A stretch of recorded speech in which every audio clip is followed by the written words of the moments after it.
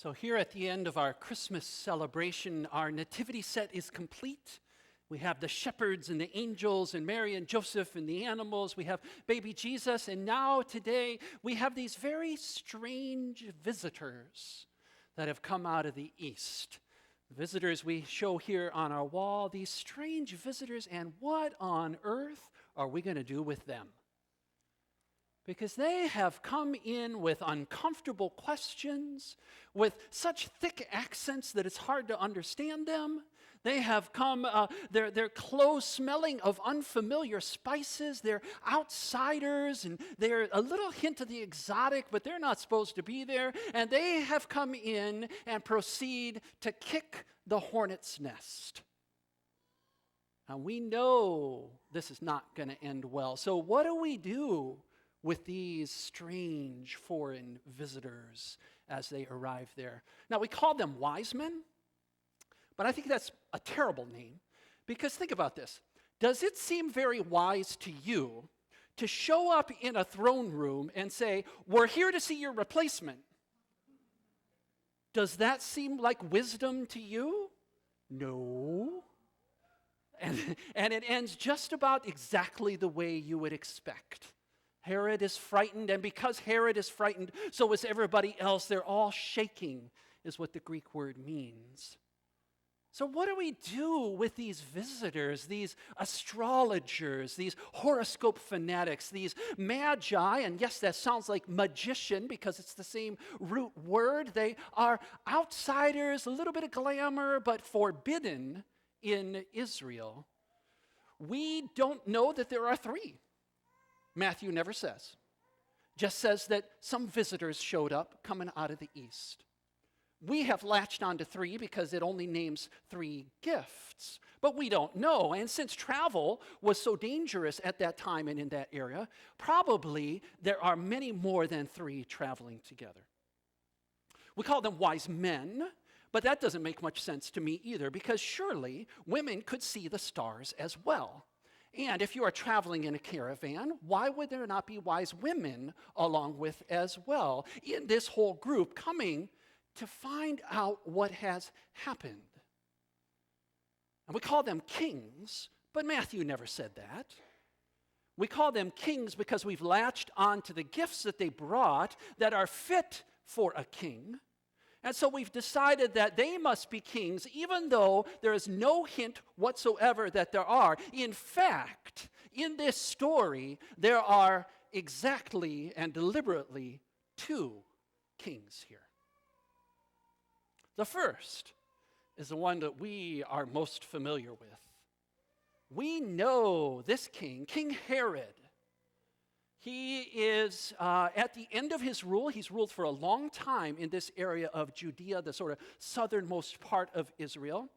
And he's done so by guile and by violence, by bloodshed, by scheming. He has, over his reign, both incited violence and wars and then put them down. He has had his wife and two sons killed because he thought that they might be scheming to take his throne away from him.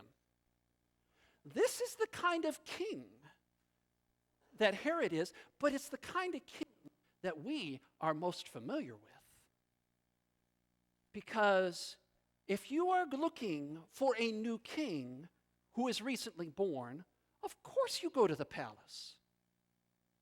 Of course you go to the capital. Of course you go to the throne room.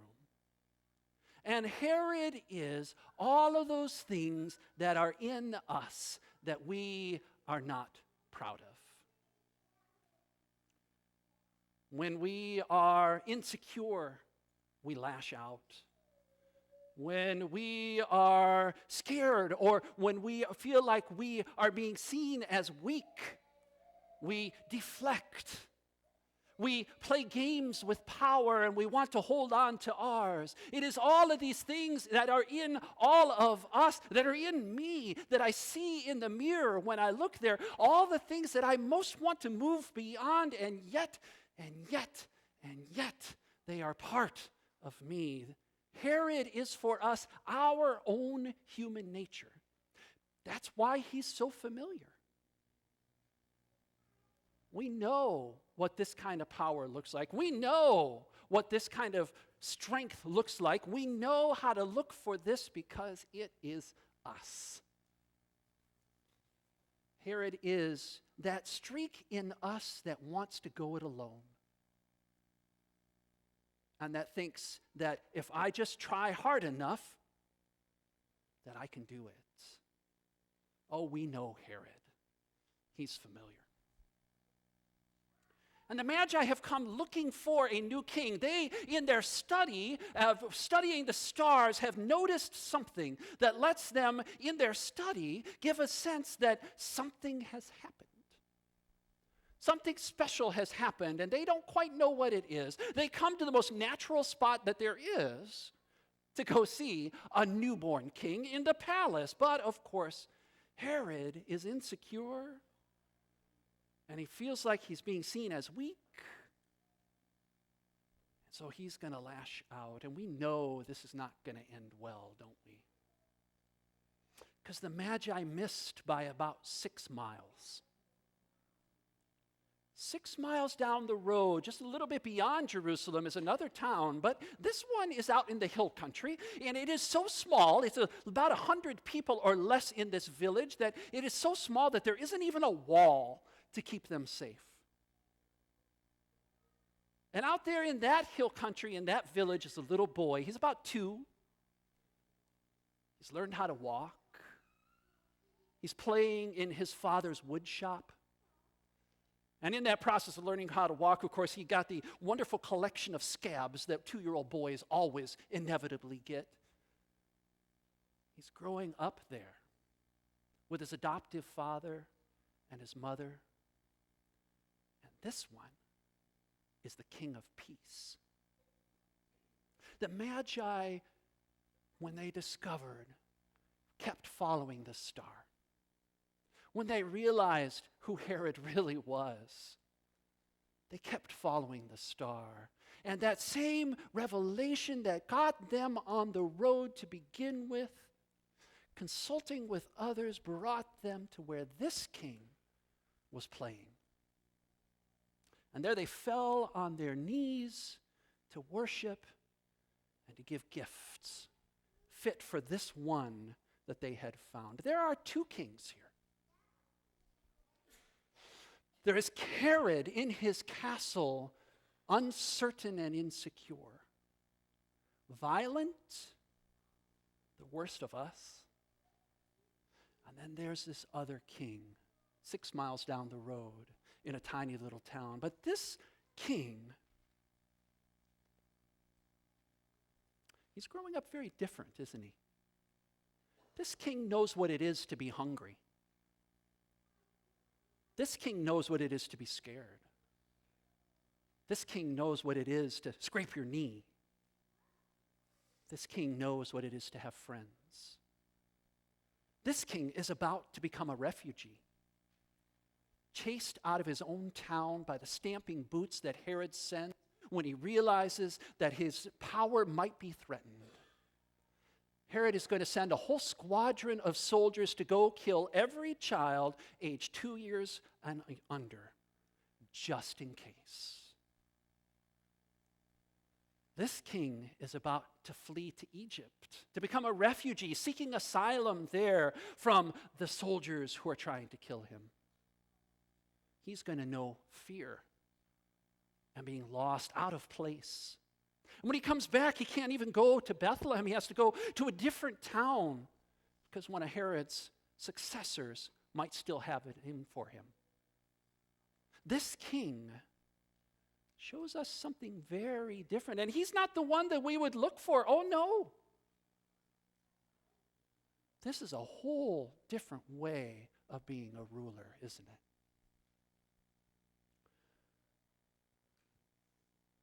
What do we do with guests like this?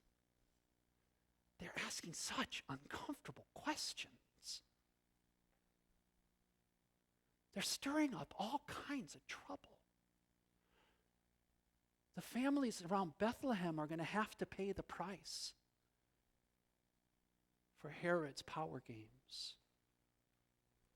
What do we do with a star that we don't know how to read that's leading to something that we could never have imagined? What do we do when the king that they're pointing to doesn't look like what we would expect? What do we do when the king that we have found, the one that we are waiting for, is heading for another hill? From the hill countries in Bethlehem to the hill outside of Jerusalem, where he will have a sign hung above him that says, King of the Jews. And where it will be us and our hands that put him there. What do we do when God gives a sign that leads us in directions that we didn't want to go? What do we do when God looks so wonderful and we look so terrible? What do we do with guests and visitors like that are showing us something that's uncomfortable, but we most need to hear? What do we do as they go on the extra 6 miles? Beyond our expectations, beyond our fears, beyond who we are inside, beyond our attempts to control things and keep ourselves safe, 6 miles beyond what we expected and what we know of this world to something that we could never predict. To a 2-year-old king. What do we do?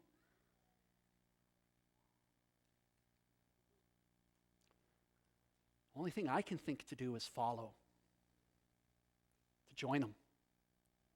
See where they're going. Where does that star lead? Who is this King of peace that they are finding?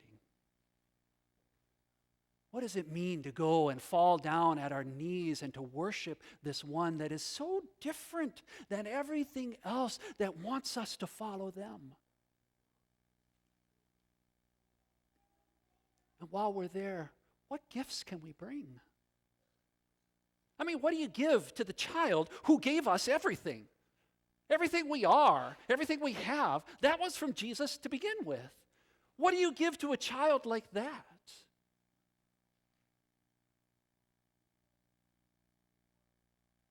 The only thing we have is who we are.